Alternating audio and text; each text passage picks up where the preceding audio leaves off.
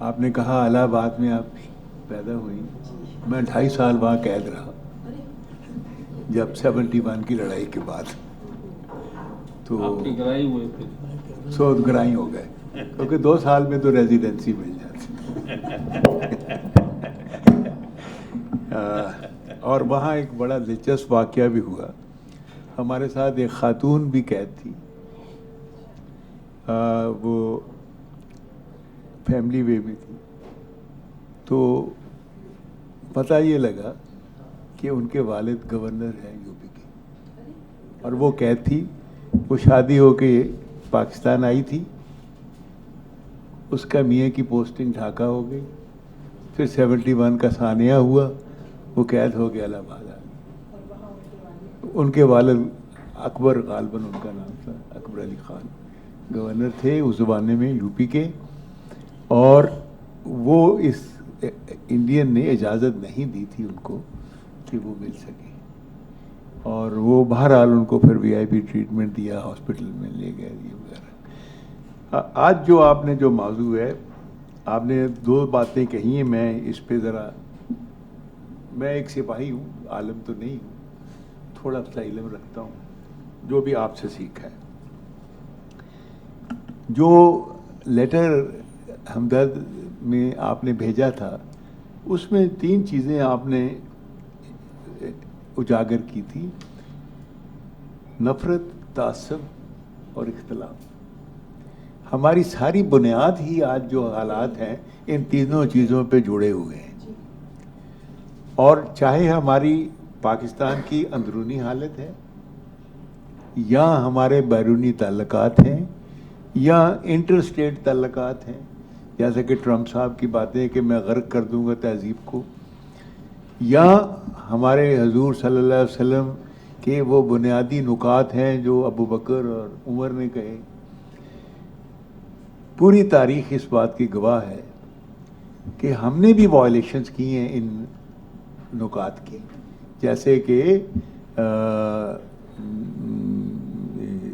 ہمارے مسلمانوں نے قتل عام کیے ہیں. تو آج کے دور میں جو آپ نے بات کی ہے، میں اس پہ جاؤں گا کہ وہ ہمیں ہمدرد کے فورم سے اس بات کو اجاگر کرنا چاہیے جو انہوں نے بڑی اچھی بات اپنے لیٹر میں بھی لکھی ہے. 4 چیزیں ہیں اس کا حل کہ حسن سلوک، برداشت اور درگزر. ہم تینوں چیزوں پہ کچھ نہیں کر رہے اس ملک میں. ہم ایک دوسرے کے اتنے دور چلے جاتے ہیں کہ واپسی کا رستہ ہی نہیں رہتا. تو ہمیں اسی چیز کو میں سمجھتا ہوں کہ یونیورسٹیوں میں، اسکولوں میں، کالجز میں ہمیں بچوں کو، میرے اپنے پوتے نواسے ہیں، جب ان سے میں اردو میں بات کرتا ہوں ان کو سمجھ ہی نہیں آتی، تو ان کو سمجھانا پڑتا ہے کیونکہ ہم ہٹ گئے ہیں. ہم اسکولوں میں اس چیز کو لے کے ہی نہیں چل رہے.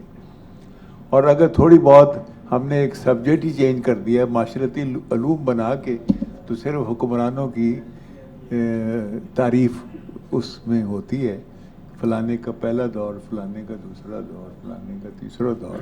تو میں سمجھتا ہوں کہ ہمدرد کے فورم سے یہ بہت اچھی آواز اٹھی ہے، اس کو ہمیں پھیلانا چاہیے.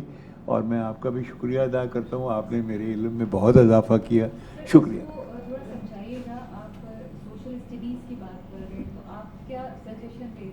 میں یہ کہہ رہا ہوں کہ جب ہم اسٹوڈنٹ تھے، میں بات کر رہا ہوں، جان صاحب کو بھی پتہ ہے، 50s کی بات ہے جب میں نے میٹرک کیا تھا 56 میں. تو اس زمانے میں ہسٹری اور اسلامک اسٹڈیز 2 علیحدہ سبجیکٹ ہوتے تھے. اور ہم نے وہ ہسٹری پڑھی تھی، اس میں بھی 3 سبجیکٹ ہوتے تھے: انڈیا کی ہسٹری، یا آپ انگلینڈ کی ہسٹری لیں یا یورپ کی ہسٹری لیں. دوسرا جو اسلامک اسٹڈی میں کے بھی 2 سبجیکٹ ہوتے تھے، ایک جو تاریخ اسلام اور دوسرا عربی کے جو یہ حدیثیں اور دوسری دینیات کی چیزیں ہوتی، وہ ختم کر دی ہیں، ابھی وہ ہے ہی نہیں ہے. تو اس وجہ سے بھی ایک گیپ پیدا ہو گیا ہے. اور جو ہمارے بچے ہیں ان کو تو کوئی بالکل نہیں پتہ اس چیز کا کہ وہ کیا ہے کیا نہیں، نہ ان کو. اور پھر ہمارا جو تعلق اردو سے تھا وہ ٹوٹنے سے جو ایک معاشرتی اور قلبی ہمارا احساس تھا جو کہ ہماری تاریخ سے جوڑا تھا وہ ختم ہو گئی. اگر ہمیں جو جیسے ابھی یہ شعر پڑھا ہے ڈاکٹر اقبال کا، ڈاکٹر صاحبہ نے، ہم نے فارسی پڑھی ہے میٹرک تک، تو ہمیں تھوڑا سا ابھی بھی یاد ہے، لیکن آج کو فارسی پڑھتا ہی نہیں، جبکہ آدھا سے زیادہ کلام علامہ اقبال کا فارسی میں ہے، اور آج ان کی عزت ایران میں ہم سے زیادہ لوگ کرتے ہیں. اقبال لاہوری.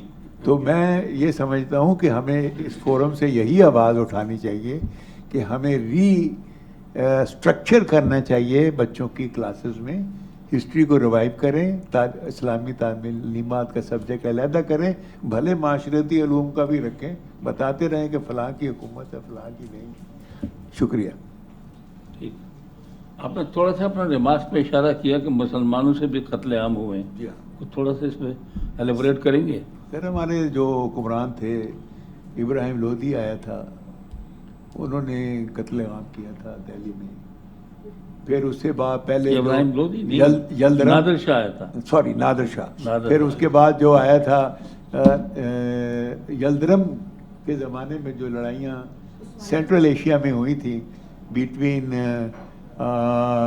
ترکوں کے درمیان اور جو چنگیز خان کی اولادیں تھیں جو مسلمان ہو گئی تھیں، چنگیز خان کی کہ ان کی اولادیں تھیں جو تھیں، وہ انہوں نے کافی قتل عام کیے. تو مطلب ہسٹری تو ہماری میں بھی ہے نا. پھر ہم نے اپنے ملک یعنی انڈیا میں بھی ہم نے برداشت چھوڑ دی تھی، خاص طور اورنگزیب کے زمانے میں ہم نے اپنے جو مخالفین تھے ان پہ بہت زیادتیاں کی تھی، جس کے نتیجے میں اختلافات نے جنم لیا تھا، اور وہ بعد میں مسلمانوں کے زوال کی تحریکیں بھی بن گئی. انہوں نے اسلام کے بتائے ہوئے طریقے کے مطابق عمل نہیں کیا تھا.